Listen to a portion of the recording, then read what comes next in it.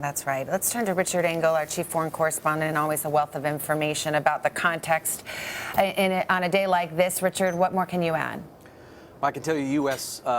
Counterterrorism officials are watching this very closely and are asking themselves, and this is a quote, how big is this cell? So they certainly believe or suspect that there are more people involved than just the bombers who carried out this attack.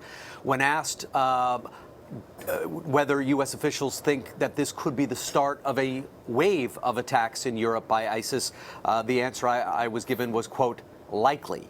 So not good news coming from U.S. counterterrorism officials as they watch this. They think that there are more suspects involved in this cell, and that this could be likely, I was told, a start of another wave of attacks in Europe by ISIS. And that does dovetail with information we got earlier today from intelligence sources saying that there are a few dozen, 50 to 100 Syrian-trained ISIS militants in Europe at the moment looking for targets. So none of this good news. A chilling detail that we just got from Tom Costello, who's been monitoring some of the local television and Flemish television, saying that some of the injuries that doctors are finding and treating there are consistent with nails, that these may have been explosives packed with nails. It's unfortunately something we've seen before. On the other hand, Richard, as you well know, it may be as authorities get into the forensics and are able to pour through that scene, sometimes you can find a signature of a particular bomb maker or a style of attack as we watch these new images come in. Yeah, it's very standard that they pack suicide vests with nails or ball bearings.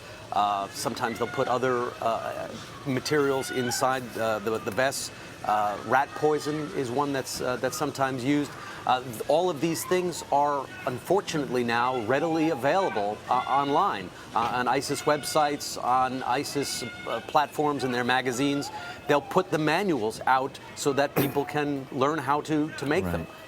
Then law enforcement officials in a cat and mouse game try and take them down only to see them reposted again. But you can imagine what it would be like in that airport. I'm looking right now at the screen with all the smoke hanging in the air when these apparently nail encrusted suicide vests detonated inside the airport. Yeah, and sometimes, Richard, it's not just the images but the sounds, and this is video that has audio along with it, and you can hear the cries for help and the screams in the seconds immediately following one of those blasts, and it's very, very haunting and difficult to watch. Richard, thank you. We'll be back with you in a little while, all right?